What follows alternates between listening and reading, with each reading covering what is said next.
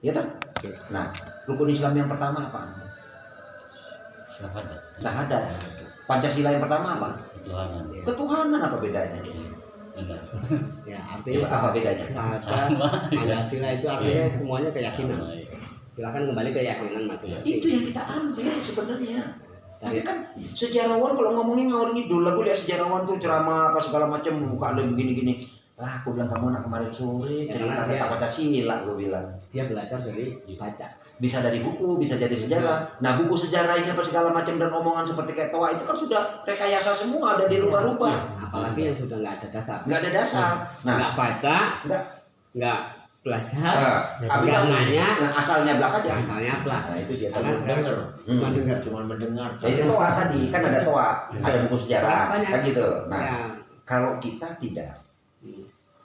Tadi aku bilang, kami membuat Pancasila itu dasarnya adalah rukun Islam. Maka itu kuatnya luar biasa. Dan sampai diakui oleh seluruh dunia, tidak ada undang-undang dasar Bhinneka Tunggal Ika Pancasila seluruh dunia melebihi dari kehebatan Indonesia. Termasuk undang-undang dasar 45 kita diakui seluruh dunia. Mereka tidak punya itu. Mereka tidak kuat. Segitu kuatnya. Tahu dari mana? Kita ngambil undang-undang dasar 45? Tahu dari mana? Tadi Pancasila. Sekarang dasar 45. Dasar 45. Nah, tahu dari mana kita ambil? Surat Al-Quran yang paling panjang. Al-Baqarah. Iya. Surat Al-Baqarah, surat Al-Quran yang paling panjang. Isinya tentang kehidupan manusia di muka bumi ini. Kalau nggak paham suruh belajar sama. Ya, disitulah kita tuangkan Undang-Undang Dasar 45 dan itu disahkan oleh Nabi Muhammad. Maka itu di seluruh dunia mengakui Undang-Undang itu kepada Soekarno. Mereka iri hati semuanya, sampai dipinjam sama Belanda karena punya ikatan pernikahan sama Soekarno.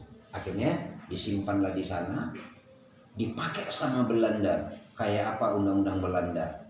Persis sama dengan Undang-Undang Dasar 45 kita. Mereka sudah mewujudkan hasil Undang-Undang 45. Dia pakai, negaranya maju. Kenapa kita hancur? Karena oknumnya dan menjalankannya. Karena punya kepentingan, punya maksud dan niat. Ini yang tadi. Kalau Belanda tidak. Akhirnya apa? Dia pakai maju.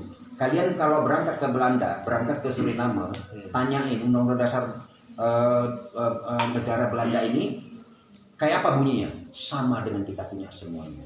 Kenapa? Dia sudah minta izin untuk menggunakan Undang-Undang Dasar 45 sama Soekarno. Terbukti negaranya bisa maju. Kenapa kita hancur? Padahal yang punya kita, giliran orang lain yang jalanin bisa maju. Karena kita beda kiblat. Itu tadi. Karena dijalani. Kita kiblatnya selama ini kayak Inggris sama Cina. Kiblatnya Eropa. Padahal kalau kita ngikut Belanda tadi sesuai alur. Sebenarnya kalau kiblat kita bukan Inggris sama Cina, bukan. Terus kiblat orang kita ini uang. Gobloknya nauzubillah min dzalik. Karena punya kepentingan. Nggak bisa ngitung tapi hitung-hitungan.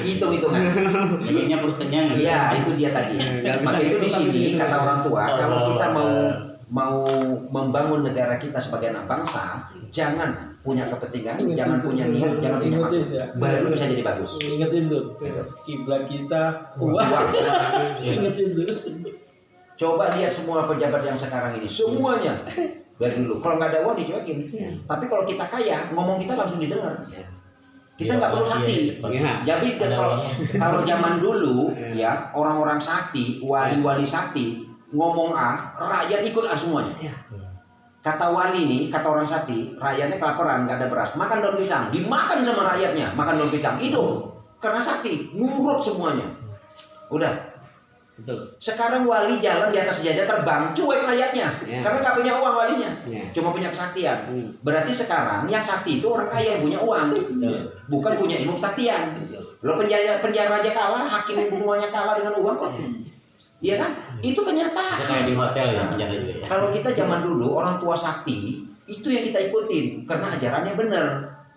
Nah, kalau uang yang sakti sekarang dia bisa kemana aja ngawur ngidul uang ini. Kalau salah-salah kita jalanin, ya kebablasan, hancur semua. Nah, hancurlah sekarang ini. Betul, kelihatan karena kelihatan banyak orang yang sudah tidak punya fondasi, generasi muda apalagi. Nah, ya itu tadi nggak bisa hitung-hitungan tapi hitung-hitungan. Nah, nggak bisa ngitung uang, bisa ngitung, tapi bisa ngitung-hitungan. Nah, sekarang gini, kelihatan pengen naik haji ya contohnya. Nah, kan nggak bisa Ya, itu, nggak bisa. Nggak bisa. Jadi kepinginnya naik haji, tapi hukum haji dia nggak tahu. Ya, yang penting jadi haji. Penting jadi haji. Yang dipanggil haji marah. Ada aja marah. Jadi gini, Nggak bisa ngitung tapi hitung-hitungan. jadi apa ya? Udah habis tanahnya, pusing. Masalah ini kadang memang menyangkut orang-orang yang punya kepentingan lah. Kalau dia udah punya kepentingan, ya sudah menghalalkan segala cara. Sampai undang-undang dasar aja berani dia rubah.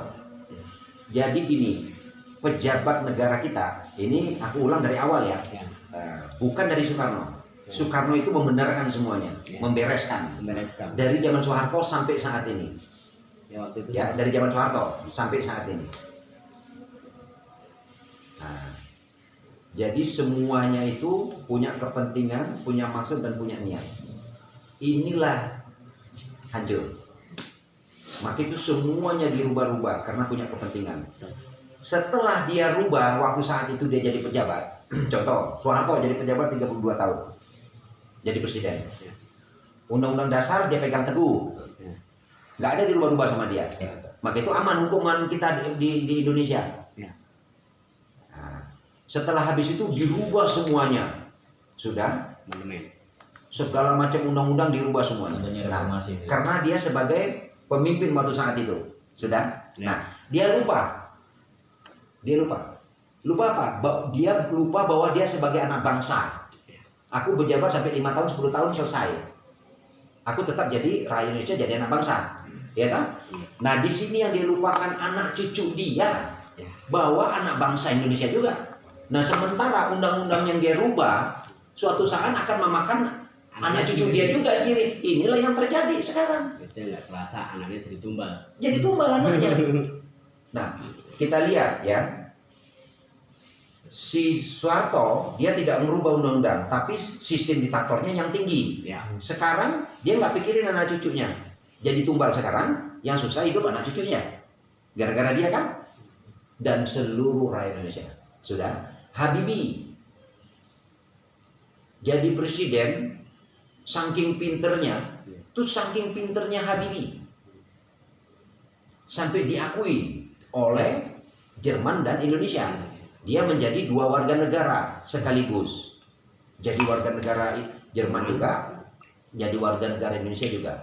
Saking pinternya dia. Kulingin. Ya, saking pinternya.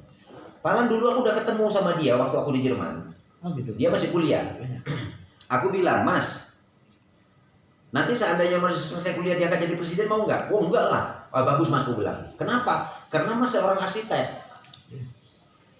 Arsitek dunia. Kalau dia angkat jadi menteri, ambil. Tapi jangan jadi presiden. Loh kenapa? Kalau Mas jadi ambil presiden setelah pensiun, Mas nggak bisa ngapa-ngapain, gue bilang. Tapi kalau jadi menteri, Mas bisa jadi bapak menteri, membangun negara Indonesia yang paling hebat. Nah, ternyata apa yang terjadi? Diangkatlah jadi wakil presiden. Setelah jadi wakil presiden, presidennya lengser, dia jadi presiden, tapi presiden sementara. Sama dia kayak si Mega, ya tahu? Gantinya Gus Dur. Pada waktu saat Habibie jadi presiden pengganti Soeharto, meneruskan masa jabatannya, beda tahu? Apa yang terjadi? Saking pinternya. Maka itu kita jangan pinter-pinter saking gitu ya. Kelewatan pinter. Kelewatan pinter. Akhirnya Timur Leste, Timur mau diambil. Apa kata dia? Ya monggo, yang penting jangan perang, kata dia, kan gitu. Jajak pendapat aja. Akhirnya apa? Kalau dibilang Pulau Jawa sampai Monas mau diambil, ya monggo, yang penting jangan perang, kata dia, kan gitu. Itu anak bangsa saking pinternya. Aku terus terang, aku udah duduk sama Habibie waktu di Jerman. Mereka itu ada temennya satu lagi, sekarang ada di Batam, di Batu Ampar. Itu temen dia satu bantal itu di Jerman. kelaparan makan roti panjang bagi 2. Sampai waktu dia udah selesai, aku pulang dari Jerman, aku duduk di Batu Ampar sama dia. Aku bilang, Mas, kenapa kok nggak mau membangun negara? Enggak lah, aku mau yang begini aja. Habibie suruh kerja di Menristek dulu, dia nggak mau. Diangkat dia jadi menteri, dia nggak mau. Dibuka perusahaan, dia nggak mau. Kawin juga enggak sampai sekarang. Itu temannya Habibie satu bangku sekolah. Ternyata IQ lebih pinteran dia daripada Habibie. Lebih pinter, lebih tinggi nilainya IQ-nya dia. Tapi sampai sekarang cuman dibikinin rumah sama Habibie di pojokan Batu Ampar sana di Batam. Udah tinggal di situ aja di pinggir laut. Nah, dia kalau misalnya mau makan mau minum dia di Nagoya itu, mau ambil baju mau apa semuanya di situ. Yang masuk rekeningnya Habibie yang pembayarannya sampai saat ini. Itu yang aku bingung. Kenapa dia nggak mau bangun bangsa ini? Nah, jadi Habibie itu salahnya cuma di situ aja, pinter. Nah, jadi maka itu jangan saking lah. Kalau pinter tuh pinter yang membangun, jangan saking pinter gitu loh. Timur monggo dikasih sama orang lain. Yang penting jangan perang. Udah bikin pesawat ditukar sama beras pula lagi.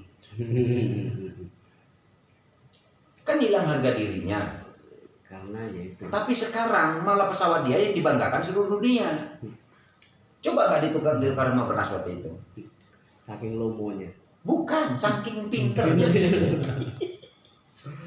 Saking pinternya. Jadi gini, kalau dia bilang pinter, kan ada bangsa lain juga ikut banyak yang pinter, bukan cuma dia. Ya. Tapi kenapa masih bisa berpikir positif? Kok dia nggak pikir panjang itu loh? Soekarno itu apa katanya? Sebelum ayam berkokok,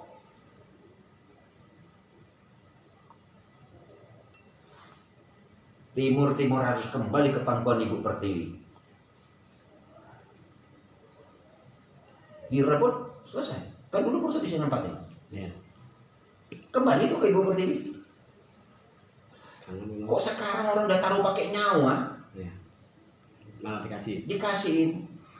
Yang harusnya si Sanana Gusno ini yang harus dipotong lehernya. Sanana Gusno. Itu yang harus dipotong. Kamu tuh bukan anak bangsa. Kamu minta merdeka, alasan kamu apa? Mau membangun, ya tinggal membangun. Minta pemerataan daerah tuh, bukan minta merdeka. Yang pantas minta merdeka tuh orang Aceh, karena negaranya berdiri sendiri, bukan negara Indonesia itu. Dari awal. Iya dari awal. Memang diajak kerjasama. Iya, diajak kerjasama. Kenapa? Karena kita negara sendiri. Nah disinilah. Tapi sampai saat ini kita bisa mengikuti semuanya dari satu kesatuan NKRI. Ya toh? Nah menjadi negara kita sebagai anak bangsa, bagaimana caranya kita mempertahankan kekuatan persatuan dan kesatuan kita ini.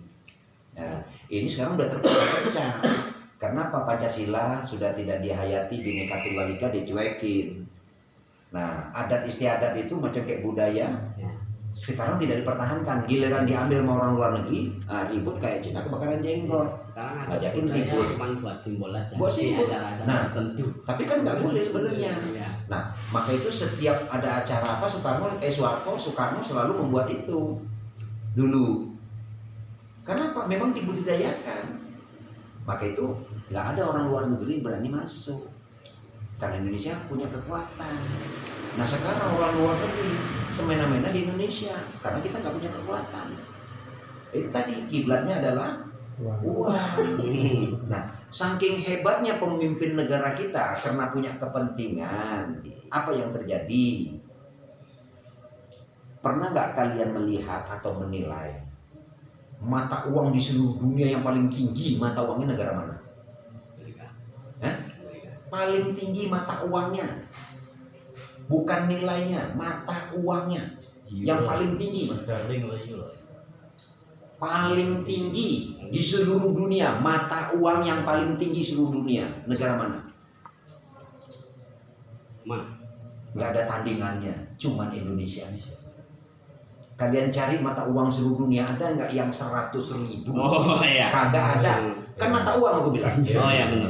Bukan nilainya. Kalau nilainya 0. Ya, nilainya 0. Gede-gedean angka. Sekarang ya 1 pound sterling 18 sampai 20.000. 1 pound sterling ya Inggris. 1 euro sekarang 18 sampai 19.000. 1 euro, 1 pound sterling loh. Ini 100.000. Masuk ke warung, jangan ke Alfamart. Ke warung, pulang tinggal 5.000 tuh. Cuma satu kantong plastik yang dibawa. 100.000 masuk ke warung. Warung yang itu loh, yang bikinan pinggir jalan, bukan Alfamart ya. Satu kantong plastik sisa 5.000 bawa pulang. Apa nggak amblas mata uang nilainya? Mata uangnya gede, nilainya nggak ada. Iya benar. Maka itu sudah kita siapkan mata uang kita, namanya dinar. 1 dinar nilainya 2,5 juta. Nah, modal lagi. Kan kalau kita buat mata uang itu harus sepengetahuan atau dari pengesahan PBB. Bagaimana PBB bisa mengesahkan itu? Kita benar nggak punya uang, kan gitu. Oh punya. Nah, jatuhnya seperti kayak gitu. Kalau kita nggak punya uang, nggak mungkin kita bikin 1 dinar 2,5 juta nilainya. Berarti kan mengalahi seluruh dunia. Nah sekarang di dunia ini cuma ada 2 mata uang yang tinggi, pound sterling sama euro. Mereka 1 euro sama 1 pound sterling loh. Udah mencapai hampir 20.000. Nah kita 100.000. Yang paling tinggi. Masuk ke warung pinggir jalan. 1 kantong plastik kita bawa, 1 kantong resek itu yang kecil. Kembali tinggal 5.000. Tahu tuh apa yang dibeliin? Ya tak? Ini nyata. Tapi dulu 1.000 perak kita belanja. Ya Allah, udah berapa kantong plastik dibawain, masih ada kembaliannya 100 perak. Coba kayak apa? Berarti berapa mata uang 1.000 itu nilainya? Gede kan? Nah, dulu lagi sebelum ada 1.000 masih 500. Ya Allah, kita belanja 100 perak aja nih ke pasar. Udah segala-gala macam bawa pulang, masih ada lebih kembalinya 25 perak. Saya ngalamin tahun 89-an lah. Ya. 80 ke bawah lah. 80. Nah, 89 lah. Karena saya usianya masih 3 tahunan. Nah, 89 ke bawah lah. Itu seperti kayak gitu lah kurang lebihnya. Nah, tapi kenapa sekarang mata uangnya dibesarkan, tapi nilainya nggak ada? Saking gobloknya menteri-menteri keuangan, saking gobloknya pejabat-pejabatnya, saking gobloknya presidennya. Harusnya itu dihapus. Ya itu tadi enggak. Jadi kalau bisa mata uang kita ini paling tinggi cuman 1.000 perak. Itu pun juga ada ketinggian. Negara lain aja cuma 100 kok. Itu paling tinggi Amerika. Untuk dunia cuma $100 paling tinggi. Pound sterling aja nggak nyampe. Tapi mata uangnya tinggi. Maka itu negara mereka bisa kaya. Semakin mata uang kita tinggi, semakin miskin kita hidup. Kenapa? Karena nggak ada harganya. Nah, jadi menteri keuangan kita sama presiden kita ini gobloknya nauzubillah min dzalik. Jadi kan dilihat gini, ini kan sama kayak orang busung lapar. Berarti nggak orang busung lapar? Makan seabrek-abrek tapi nggak kenyang-kenyang. Masih lapar. Nah, makin lapar aja. Nah, ini juga pemerintahan kita juga begitu. Dia bikin mata uang yang tinggi, nilai angkanya ya, bukan nilai hasilnya. Angkanya, matahnya tinggi, tapi nilainya nggak ada. Untuk apa? Ya toh? Betul. Untuk apa? Nah itu kenapa Pak bisa begitu Pak? Karena punya kepentingan. Kepentingan tadi. Punya kepentingan. Dia cetak uang itu punya kepentingan. Semua punya kepentingan. Nah, yang bagus itu yang diajarkan sama Rasulullah. Kalau terjadi sesuatu di dalam kehidupan kita sehari-hari, kembali ke diri kita. Jangan pernah salahkan orang lain. Satu, kalau kita mau jadi anak bangsa yang baik yang benar, baik kita jadi RT, RW, kepala rumah tangga, terus mau jadi lurah sampai jadi presiden, jangan punya kepentingan, jangan punya maksud, jangan punya niat. Jadilah kita sebagai anak bangsa yang mengabdi kepada negara dan rakyat. Kalau kepala rumah tangga, jadilah kita kepala rumah tangga yang baik yang benar. Sudah cukup, jangan macam-macam. Pasti hancur nanti rumah tangganya. Berarti harus dikembalikan lagi ke moral itu. Iya, perbaikan moral itu ya. Itulah yang disebut namanya PMP. Oh ya benar. Kenapa dihilangin? Maka itu anak bangsa sekarang nggak punya moral. Ngomong sama orang tua seenak udelnya, ya kan? Karena PMP dihilangin. Pendidikan moral Pancasila. Pancasila. Saya ngalamin waktu SD. Iya. Tapi kita nggak berani melawan guru ya. Nggak berani, Pak. Iya. Paling takut. Kita ribut sama temen nih, dilihatin sama guru, udah ketakutan kita. Ketemu aja udah. Karena ada PMP tadi, Iya. karena kita pelajari moralnya. Iya. Sekarang guru dilawan malah dipukul. Lama Kemana PMP-nya? Ketemu Maka di itu jalan aja Soekarno sampai gimana gitu kan. membenarkan akidah. Soeharto melanjutkan, dibikinlah pendidikan moral Pancasila. Nah, pendidikan moral Pancasila itu berarti Pancasila kan? Ya. Dasarnya apa Pancasila? Dasarnya Pancasila tadi dibuat dari apa? moral Islam. Rukun Islam. Itulah tentang akidah. adab itulah Itu tinggi. adab. Iya. Itu yang kita buat. Makanya Dua kalimat syahadat di sini persatuan ketuhanan yang Maha Esa. Yang kedua apa? Pancasila. Pancasila. Apa yang kedua? kemanusiaan yang adil dan beradab. Kemanusiaan yang adil beradab. Kalau rukun Islam yang kedua apaan? Sholat. Sholat. Sholatnya harus beradab. Iya. Jangan kita udah sholat tapi adab kita nggak ada sama orang. Ya nggak usah sholat. Iya. Ya tak? Nah, ketiga Pancasila apa? Persatuan Indonesia. Persatuan Indonesia. Kalau rukun Islam apa? Sholat, syahadat, zakat. Yang ketiga. Syahadat, sholat, puasa. Ketiga. Zakat. Iya, Zakat, sholat, zakat, puasa, haji. Iya, zakat. Zakat, sholat, zakat. Pertama syahadat, Ya. habis itu sholat, sholat, zakat, Zakat. Iya, zakat. Zakat. zakat, Iya. terus puasa, puasa, Haji. Haji. haji. Nah ini berarti zakat. Iya. Nah berbagi. Indonesia Pancasila yang ketiga apaan? Pancasila yang ketiga. Itu persatuan Indonesia. Persatuan Indonesia. Jadi Indonesia ini bisa bersatu kalau ada zakat. Iya. Iya tak? Iya. Maka itu kita di sini saling Berbagi. membagi. Tapi dipakai sama orang Nasrani. Iya. Zakatnya aja sampai Orang 10% Nasrani ya. bikin gereja nggak pernah minta-minta di pinggir jalan. Ya. Sampai 10%. Kita loh. giliran bikin masjid, bikin musola aja minta di pinggir jalan. Ke orang kayanya kemana semua? Karena apa? Pancasila tadi nggak dipakai sama rukun Islam tadi. Nah, rukun Islam yang ketiga zakat. Pancasila persatuan Indonesia. Jadi kalau kita semuanya zakat untuk menyatukan Indonesia, kenapa nggak bisa? Ya. Bisa tuh. Bisa. Nah, Karena awalnya juga dari sumbangan semua. iya. Nah, terus yang keempat Pancasila apa? Keadilan sosial. Keadilan sosial bagi seluruh Indonesia. Rukun Islam yang keempat apa? Puasa. Yang keempat Puasa. Puasa. Puasa. puasa. Orang kalau udah masuk puasa, hatinya bersih. Bisa menahan. Ingatnya sama Allah sama Rasul aja. Nah, kalau kemanusiaan yang adil dan beradab, kan rukun apa Pancasila yang keempat apa? Iya. Kerakyatan yang dipimpin oleh kemanusiaan yang adil dan beradab. Kenapa? Karena dia puasa. Maka itu disuruh dari zaman Nabi, sahabat Khalifah Wali semuanya banyak puasa. Termasuk Soekarno, termasuk Soeharto. Ya. Semakin dia banyak puasa, semakin dia punya kekuatan. Ya. Akhirnya apa? Itu tadi dia bisa jadi pemimpin yang adil. Karena di situ memimpin yang adil, makmur, kan Pancasila yang keempat, ya kan? Itu dia puasa. Nah, kalau rukun Islam yang kelima, Iya, haji. haji. Kalau Pancasila yang kelima, Persatuan Indonesia. kelima, Kelima. Keadilan. Kerakyatan. Kerakyatan yang dipimpin oleh umat kebijaksanaan. keadilan sosial. Nah, kalau sudah kita menjalankan keadilan sosial ini, otomatis ibadah kita sudah sempurna, sudah mencapai haji. Kan rukun Islamnya kan yang kelima haji. Iya. Haji itu kan nggak boleh rumah, nggak boleh kontrak, nggak boleh punya utang. Nah di Pancasila itu keadilan sosial bagi seluruh. Rakyat Indonesia. Iya. Jadi kan itu yang kita ambil waktu bikin Pancasila itu dari rukun Islam.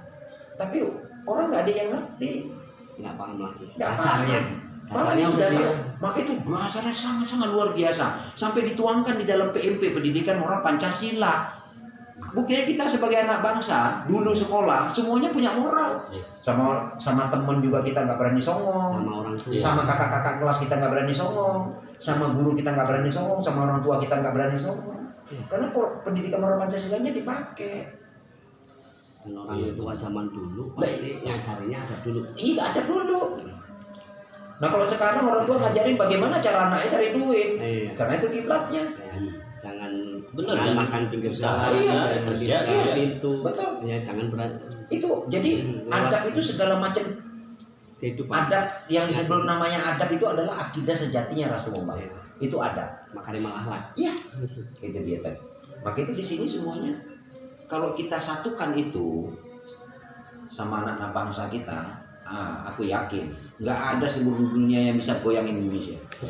Dan nggak ada satupun rakyat Indonesia yang kelaparan. Nah, yang penting antara rakyat, ya, Sama pemimpin, rakyat, habis itu orang tua pini sepuh, orang-orang spiritual, ulama, dan pemerintahan itu harus sinkron. Nah, harus sinkron dengan Bhinneka dan Pancasila. Aku yakin Indonesia oke. Sudah. betul. Siapapun presidennya pasti kita dukung. Kita jadikan dia presiden seumur hidup karena dia sudah jadi presiden yang baik, yang benar. Karena dia nggak punya kepentingan, nggak punya niat, nggak punya maksud. Selesai. Itu dia. Karena rakyat itu semuanya harus dijamin sama negara. Iya. Ya, Itu. sekarang kayak lurah sama RT udah beda suara. Udah beda. Lurah sama Udah beda lagi. udah beda lagi. Udah beda lagi. Sampai ke presiden. Beda kita lagi. mau ngikut dulu. Nah, yang mana kita mau ikut? Ya kan? Ya. Ustadz ini sama itu udah beda suara. Udah beda. Banyak perselisihan. Iya, yang mana kita mau ikutin? Nggak bisa tahu. Dia ini dia sono udah beda lagi. Tapi apa kata Rasul tadi? Apapun yang terjadi dalam kehidupan kita sehari-hari, Ya, kembali ke diri kita. diri kita. Jangan salahkan. Ada apa? Kenapa diri kita?